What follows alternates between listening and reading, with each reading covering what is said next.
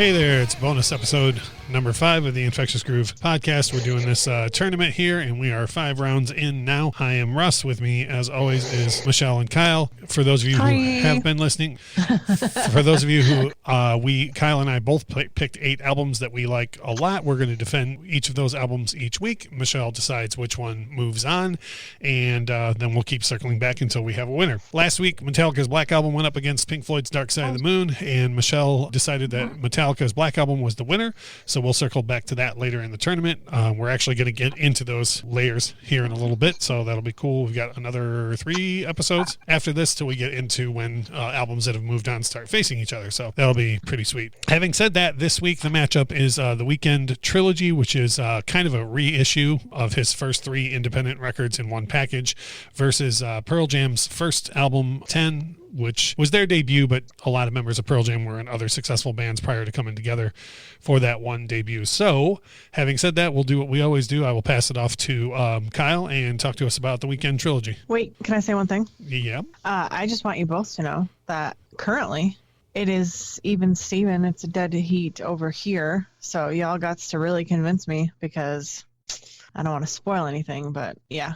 You don't want to spoil anything, but you're going to spoil it and say it's even. Well, I can't let it be even. So I'm just saying, I'll let you know my thoughts afterwards, but you guys got to really sell it now. Nice. All right, Kyle, you ready to talk about the Weeknd Trilogy? I'm always ready to talk about the Weeknd. We always talk about debut albums from people, and though this is his first commercial album, consisting of 3 separate bodies of work that he put out on the internet for free previous to that. And this is what initially got me hooked on the Weeknd, before it came out as a 3-disc set or whatever. But holy shit, it's something. And in my personal opinion, you need to listen to it like all the way through, because it tells a story. Like a lot of albums do, it tells a story. But like if you kind of bounce around, I like to listen to it all the way through. You can definitely bounce around and listen to, whatever song you fancy. Sure. I have a question. Yeah. When you say all the way through, you mean from disc 1 all the way through the end of disc 3? No, disc 1 to the end of disc 1, disc 2 to no, the end I know, of disc but 2. I mean, like, you're starting, like, you're not just talking about each disc has to be front to back. Like, you're talking about all 3 discs in order. No. Most of his albums are concept albums. So, like, on the first album, I wouldn't listen to track 10 instead of starting at track 1. I would start with 1 and go all the way through. But it would just pick the second record on its own and not listen to 1 or 3? Yeah. Okay, go on. There are just so many, I want to say on the third album in this series, Echoes of Silence, there is a rendition of Dirty Diana, and it's awesomely different than Michael Jackson's version. Disc 1, there's High for this, House of Balloons, Glass Table Girls, The Morning, Wicked Games, The Party and the After Party. Like, I could listen to this shit all the way through all the time. It's badass. And initially giving away all 3 of these for free, not at the same time, obviously. They came out over a period of time. Probably like over a period of like maybe a year or 6 months or something like that initially. But being able to reissue something, get distribution through a major label, and then have people go back and buy the exact same music that they got for free is definitely something that not everybody, I don't think, could achieve. Yeah, for sure. We'll move on to my notes. I will say, how do I start this? Well, first things first, I'd never heard this record prior to this, like not one song off of this. So I did my due diligence. I listened to it straight through the first time. Then I tried what you said I did. I listened to it like in pieces. I listened to like one part on its own, then the next part. Then I listened to the entire thing again. And I will say I wanted to like this record way more than I did. And I was kind of surprised at it. Like, for example, you mentioned House of Balloons. For me, the first disc doesn't even start till that song. Like, the first 2 tracks, at least to me, brought nothing to the table. And then House of Balloons hit, and I was like, oh, okay, we're going to take a ramp up. And then, I don't know, just over the course of the rest of the set, like Life of the Party and After Party, I liked a lot. The Birds one I liked. Valerie, I thought, was a strong ballad. But the only thing I have under Dirty Diana, because that took me by surprise when I first listened to it, because it's just listed as DD, and I had no idea that it was a cover of Michael. The only thing I have listed is Dirty Diana space took odd liberties. So I didn't like the changes that he took with that song. Overall, my thoughts were that the album for me was entirely too atmospheric. I could see being in a certain mood and putting it on. I don't know. I wanted there was a track called Montreal that I thought was one of the most strong tracks on the record. After my third listen, I wrote down that I wanted the whole record to be more like Montreal. And then I listened to, after hearing it 3 times in sequence, I jumped around some tracks, and every time I kept wishing that I was listening to Montreal. So that's how I felt about it. Do you have any questions for my analysis, Michelle? I do not. I see. Go on. I will say that this is what drew me into the Weeknd initially. The way that it sounds, the creepy, eerie, like it's just very like weird and not like a lot of the stuff that you would hear commercially. Yeah. And since this album, well, mostly everything that everyone has heard from the Weeknd has been giant commercial stuff. I mean, he's a huge artist now. Right. And his music nowadays is way, way different than anything that has come off of that album. Yeah. Well, I mentioned on the Pink Floyd episode that The Dark Side of the Moon was their 7th record, and I very much feel like Pink Floyd took the first 6 records to become good enough to be the band to make The Dark Side of the Moon. So to both of you, I will say that if you didn't like The Dark Side of the Moon, you sure as hell shouldn't listen to the 6 they were practicing at to get there. So it might very well be the same thing with The Weeknd, that maybe his later stuff is more what I would be into. And I'm not writing him off by any means. I'm not even writing the record off. It just was this is my initial take on it. So it's fun. Go ahead. I think that a lot of people would feel the same way that you do because they're so used to the Weeknd that they know now.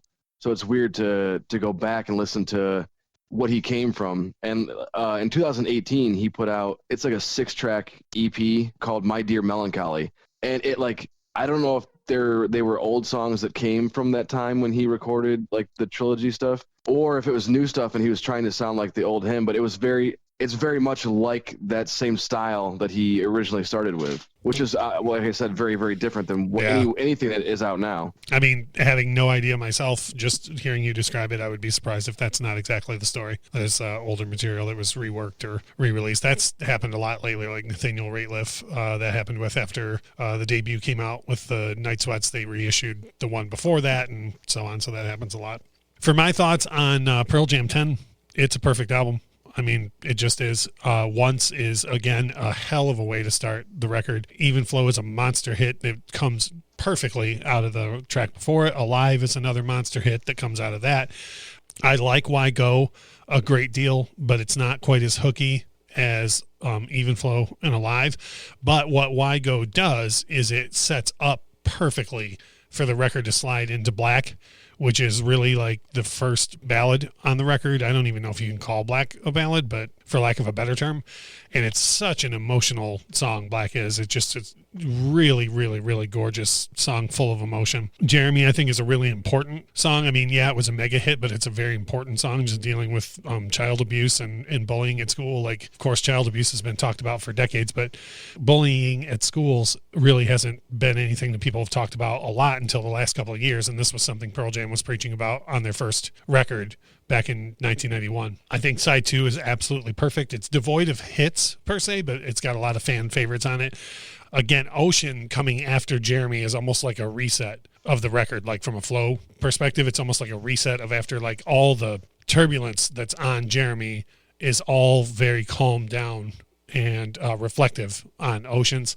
And then Porch is just another one where it's very fiery, very emotional. Garden is one of my all-time favorite Pearl Jam songs. Just beautiful, beautiful lyrics. And again, all 5 members of the band firing on all cylinders. Release might be my favorite Pearl Jam song of all time, the last song on the record. And actually the first time I ever saw Pearl Jam in concert, they opened with Release. And I went into that show just hoping that they would play it. And then as soon as like the lights went down and you could hear the guitar of that starting, I was like, oh, this is the greatest night ever. And then it went on to be just a hell of a night from there.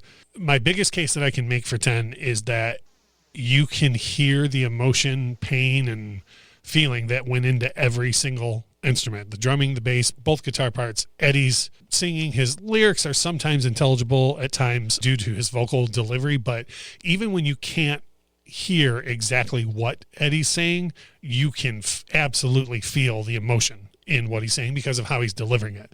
And to me, I'm a huge lyric guy, and that still matters more to me than Like hearing the emotion in the delivery matters more to me than what he's actually saying. So those are my thoughts on Pearl Jam 10. What do you think, Kyle? It is a monster record, and I literally cannot disagree with really anything that you've said. Yeah. Oh, but I didn't mean that like, yep. I meant that as in like a conversational type way. Yeah, the entire thing. It's just it's a monster record, and I think that many of the songs on this album are what people know of Pearl Jam. A lot of the songs they play on the radio, like it's very, very mainstream. And I was at the Mopop Museum in Seattle, and they had a Pearl Jam exhibit going on. I don't know if it goes on all the time, but whatever. And you're able to see like Eddie Vedder's notebooks of lyrics and like all this shit, and I was like, oh my god, like this is amazing. And it definitely transcends back into when they were making that album. A lot of the stuff there is from when they were making this album. Yeah, and it's awesome.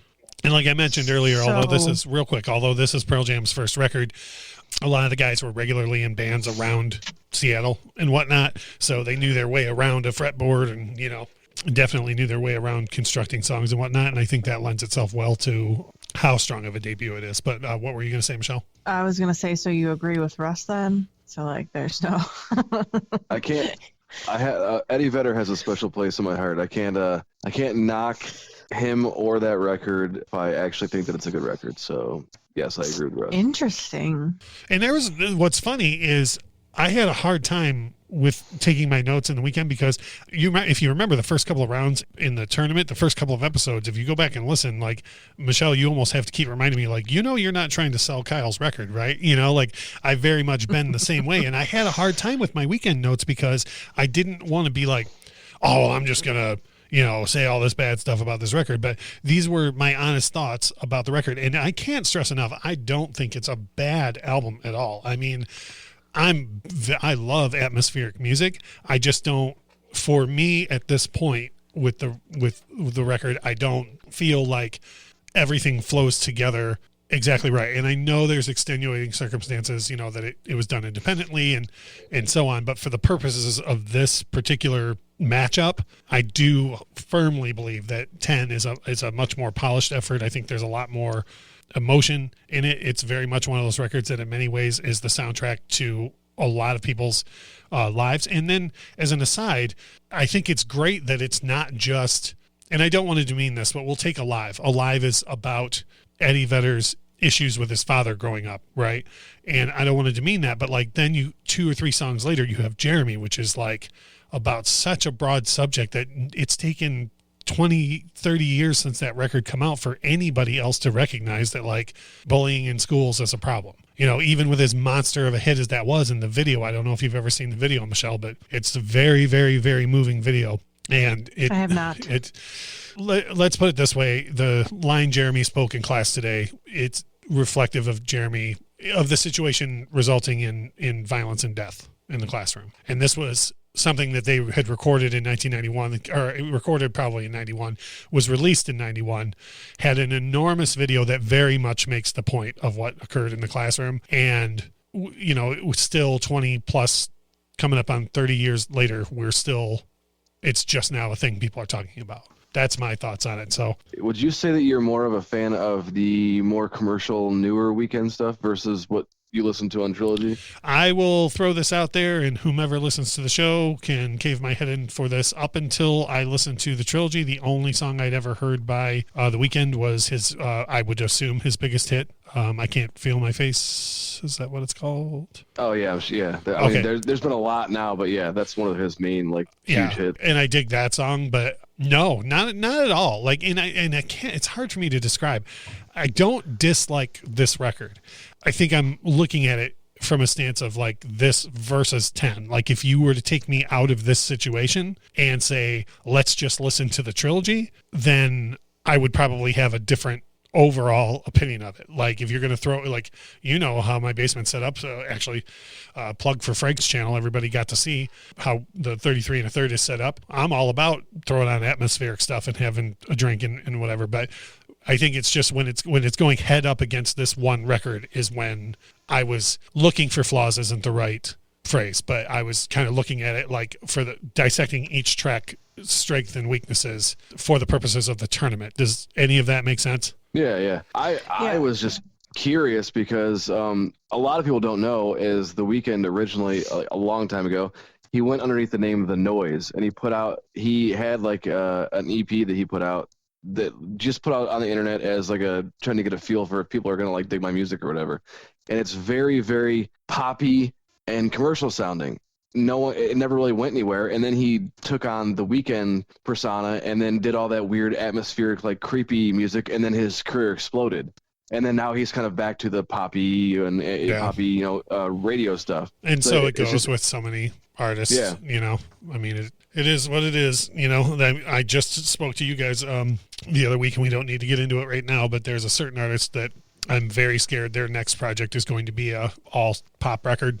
And I don't have any problem with pop music. I own a ton of pop music. I think there's a time and a place for it. But when an artist is doing a certain thing, I like it when they stay more true to themselves. So I'm not at all discounting pop music by any stretch of the imagination. I mean, I'm a person who proudly owns the 7-inch and 12-inch single for Easy Lover by Phil Collins and Philip Bailey. So I am not in any way, shape, or form getting on a high horse about pop music.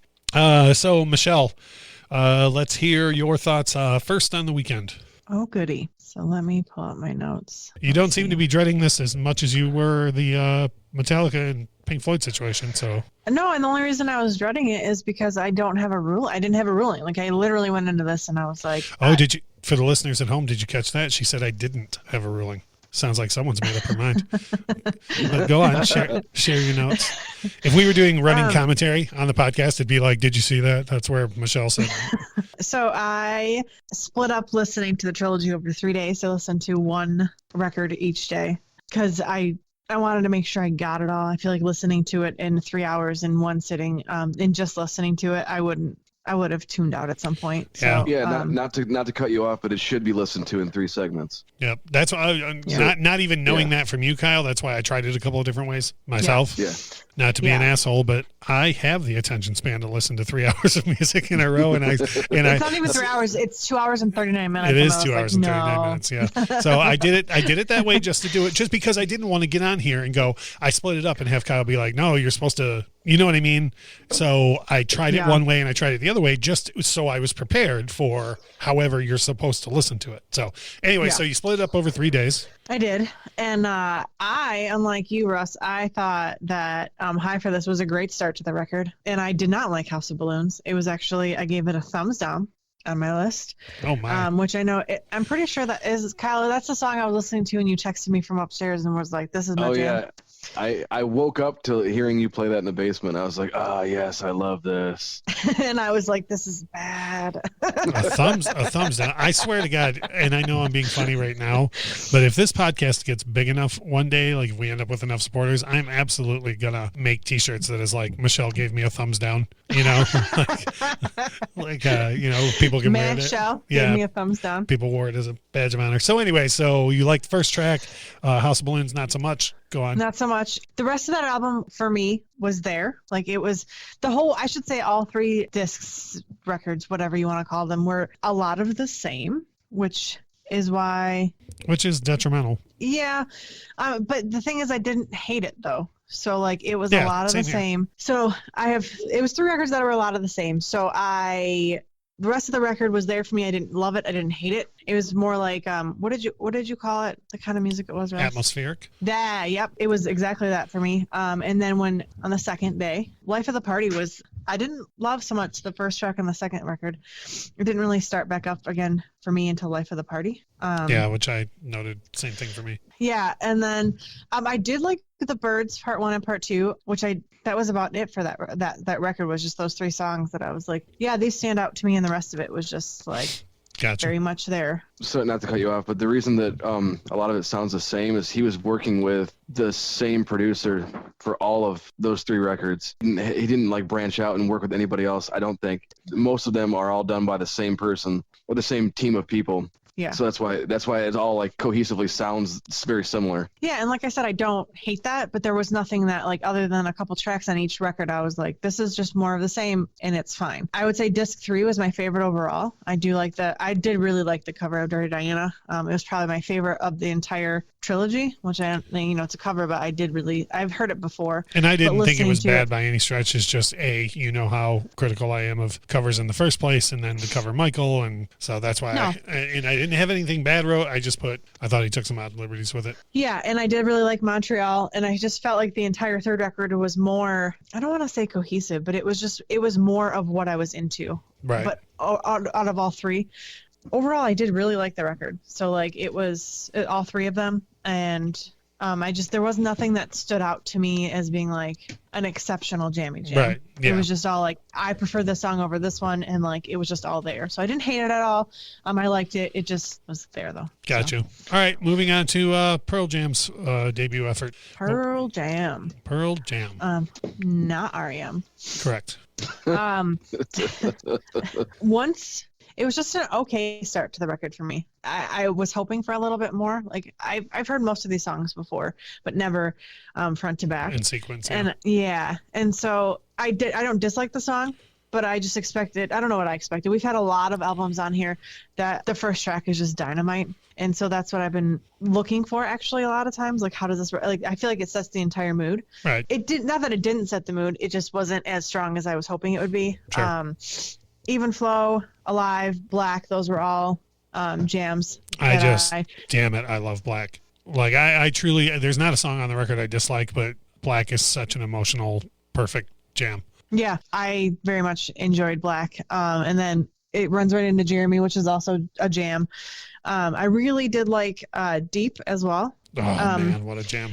And Release, I did like it, but then it has that weird outro on it, which is not my jam. I was like, I literally thought the record had stopped and it was playing a different song. Like, because I was like, I knew it was the last song and I was listening to it and I was like, who is it playing now? Like, what is going on? And I was like, oh, it's the same song. It's 9 minutes. It's not even really the same song on streaming. It's part of Release, but it's just kind of like a coda to the record.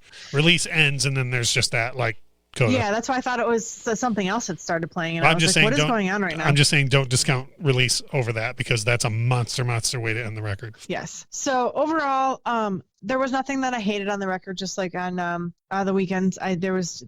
I liked the vibe a little bit more. I would feel like, I guess it depends on what kind of mood I'm in. Like it definitely isn't like atmospheric, like sit down, sure, chill out kind of mood. Well, I would say overall, that it can be in certain parts. Like I think Oceans and parts of Deep and Release and Garden for sure can lend itself. All the songs I didn't really like.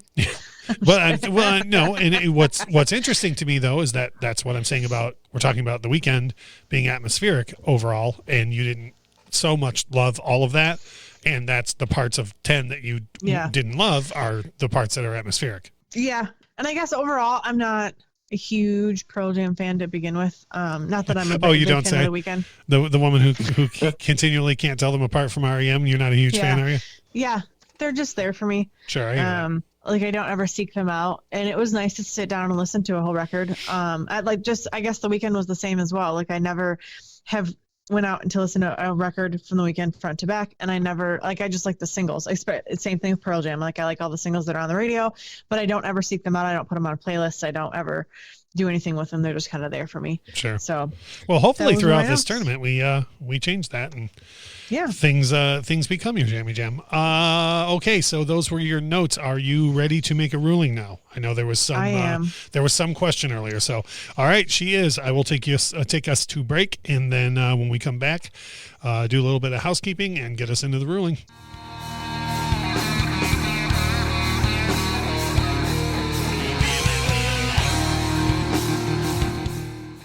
Hey, this is Grab and Brisket Podcast. Join us every Monday where we talk about the latest trends in barbecue, interviews with world top pitmasters, celebrity cooks, like Wee Man from Jackass, and musicians. Like Rich O'Toole? So check us out. We do beer reviews, barbecue fails. So many fires. Dude, a lot of people just burn their houses down for no reason. We also talk about cocaine hippos versus meth gators. Learn how to make some tailgate gravy. Altercations with Texas Rangers. People throwing Reese's peanut butter cups. Yeah, so check out grabthebrisket.com for podcast info, viral social media posts, and so much more.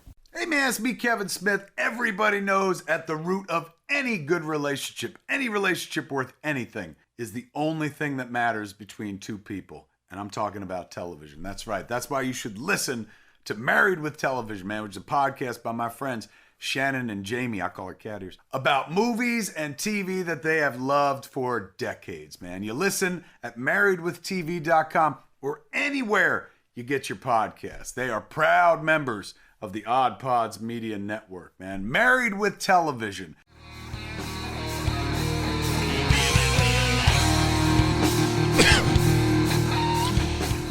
Well, you heard both sides of the argument. Hopefully, folks have heard at least some of both of these records. We are ready to get into the nasty business that we always get into at the end of the show. Very quickly, as I always do, I want to remind everybody that listens to the show that if you want to, if you're so inclined, you can go to anchor.fm/Infectious Grove Podcast, hit that support button, and support us for as little as $1 a month. And we very much appreciate everybody who supports us so far. And we, yes, thank you. Yeah, we would. We have some cool things lined up that we're gonna pop off just as soon as we get a scotch more support. So just wanted to mention that. Getting back into the business, Michelle, are you in fact ready to do your ruling? Nah, I'm just kidding. Yeah, I am. Here it comes.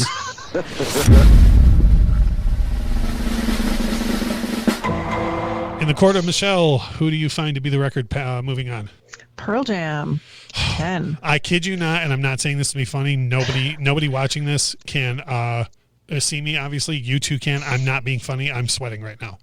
Like I was literally sweating that decision. Like when turn a phrase like, "Oh, I was really sweating that one." I for real right now am sweating. Tell us a little bit about your reasoning, Michelle. So they both got 5 out of 10, which I'm sure is going to make a lot of people mad. So you spread joy wherever you go with this. I literally today just fielded another text that if I show it to you on my phone right now takes up an entire screen because someone I know is behind by about 3 or 4 episodes, and all I could do was reply with, "Oh man, you're gonna be real unhappy in the next couple." But you know what? We're looking for interaction and we're looking for fun, and as long as people take it that way, doing it. Yeah, absolutely. So in any case, you gave The Weeknd 5 out of 10 and Pearl Jam 10, one of the most celebrated rock records of all time that was heavily involved in the entire movement of the music industry from one format celebrated by whom to another. Why don't you believe in sales numbers, by the way? Oh, hey, Michelle, I'd like to tell you something. Not only did this decision has hurt my heart personally, but beyond that, those 3 albums, or the 3 albums that make up the trilogy independently, they were downloaded 8 million times on the internet before they became commercially available, which is why they were able to get the commercial distribution that they were allowed to have. Michelle, can I answer for you? Because I'm pretty sure I know what you're going to say. Not by me. Well, I was going to say, not that this would have changed the ruling, but you could have mentioned any of that beforehand. You just thought you had it in the bag. You're just like, it's fine. I had to drop I'm dating her. It's fine. She's going to pick my record. This is my heart is so hurt by a 5 for 10. It's not even funny. You gave 10 half of its title as a rating. I did. I'm just gonna stop telling you what my ratings are because I feel like it just makes you mad. Sure. So so let's get into it a little bit. What you don't? I mean, you shared your notes on both records already. Like, yes. What is it? I guess what is it that put, if they're in a dead heat and they're 5-5 each? What is it that put 10 over the edge? So overall, I had the same feelings that. Not same. I felt similarly as to Russ did. Is that even? I felt similarly as Russ did about The Weeknd. I just feel like it's a lot of the same, and it's not that it's bad. It doesn't need to be 3 records in my opinion. Like I understand that why it is, but like it's just 3 records that could have been released or cut down into 1 in my opinion, or 2. I'll say this: I am looking forward to breaking back into it under different circumstances, if that makes sense. Yeah. Yes. Like both records had highlights on them. None of them had any stinkers. Like there was no Stinkers. Down, or there was one thumbs up. That is the best. That is the best terminology I've heard. I want every pressing of because I'm sure eventually they're going to repress Trilogy on vinyl. Mm-hmm. I want badly for it to be have a hype sticker that's features this, and this, 4 stars, Pitchfork, no stinkers. Michelle, Infectious Grove Podcast. 5 out of 10, no stinkers. Yeah. Hey man, when you unwrap that vinyl, make sure you keep that hype sticker. Oh, you like to keep your hype stickers? Well, yeah, this has the quote about it having no stinkers on it. Holy cow! So no stinkers on either. Before House of Balloons wasn't my favorite. It was my least favorite of all 3, but I wasn't this song is awful. Where I've thought that on other records before. You would not use a poop emoji to describe it, as it was not a stinker. I did not. Yes, I would not use that. So overall, I just felt I do think that length had something to do with it. I do feel like the Program 10. Yeah. Front to back was a better composed album. 10, you're saying? What did I say? No, I'm saying that's overall in the end. What did I call it? Yeah, in the end. Well, let me put it this way. If I'm hosting and listening to you directly. In the end is Linkin Park. And I got a little bit confused as to what exactly you were saying, then I'm sure other people were, so I wanted to clarify. In the end, you thought the 10. overall package of 10 was slightly better than. But they both receive a 5 out of 5 on the Michelle scale. Holy cow. 5 out of 10. All right. Well, like I say, I'm excited that 10 won, but again, I'm not, I really, if nothing else out of this for me comes another record that I can dig into more with the trilogy. Yeah. What comes next week? I'm excited. Oh boy. Oh, what do you do first, Kyle? I was going to say, if anyone cares to not listen to the trilogy, you can go online and find each individual or each record individually. And the trilogy they're all mixed and mastered way than they were when they were here. The rough cut, rough shit that originally came out versus the mastered stuff the remastered stuff on trilogy. Yeah. Well, it was important to me to hear the end product. So I did listen to it on Spotify, but I Googled, because you had previously said it was 3 separate pieces. So I Googled where those begun and end so I could know that, for listening to it in pieces. But yeah, that'd be interesting too, to go back to listen to the independent versions. To answer your question, Michelle, oh boy, next week starts what I think 3 weeks in a row of pain, death, and destruction for you, because it's just 3 weeks of great albums going front to back. So next week you have an album from 2019 going against an album from 1966. You have Dermot Kennedy, Without Fear, from 2019 going up against an album some people have heard of called Pet Sounds by the Beach Boys. So yeah, and trust me when I tell you, it doesn't get any easier for you from here. I have the bracket, and it's just going to get harder from here. But I do feel like we're going to start inching up over scores of 5 or more. Yes. Here. I can already tell you that both those records, without even I've heard them, and they both rate more than 5. Oh. So I'm going to have to sit down and listen to them side by side to even Of all of Brian Wilson's accomplishments, just the fact that he knows Pet Sounds is an automatic over 5 for you that's got to be something he's very proud of. It's got to go up there with the Hall of Fame intro. I have a question. Is the Dermot Kennedy album the newest album on the bracket? I'm just curious. No, Eminem, Music to Be Murdered. Oh. Yeah. Okay. Yep. Okay. So I think this is by far the biggest gap we have on the tournament, though, between the album releases, though. And it's going to be a great competition. Oh yeah. I feel like Yep. From here out, things are going to get. It only gets harder from here because the next 3 are very hard for you to judge, and then records that have won are going to start going up against each other. Yeah. I know. So thank you as always, you guys, for being involved in this. Michelle, thanks so much for putting up with the with the entire situation. I know there's been records so far that you haven't wanted to even listen to.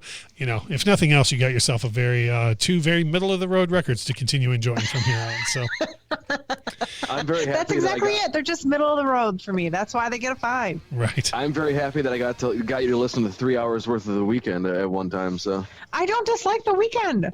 I'm just saying. I just have in never. general. I've never sat down like Metallica. Like you should be glad that I sat down and listened to Metallica. Oh, I am. That's one of their best records. All right. Well, with that, I will let you guys take that argument offline. I'm going to take us out of here so folks don't have to hear this mess. And this episode will be out on Friday for y'all to listen to, and then we'll have a new main episode out, the continuation of the live albums episode next Monday. So thank you so much for listening. We'll see you guys later. Bye.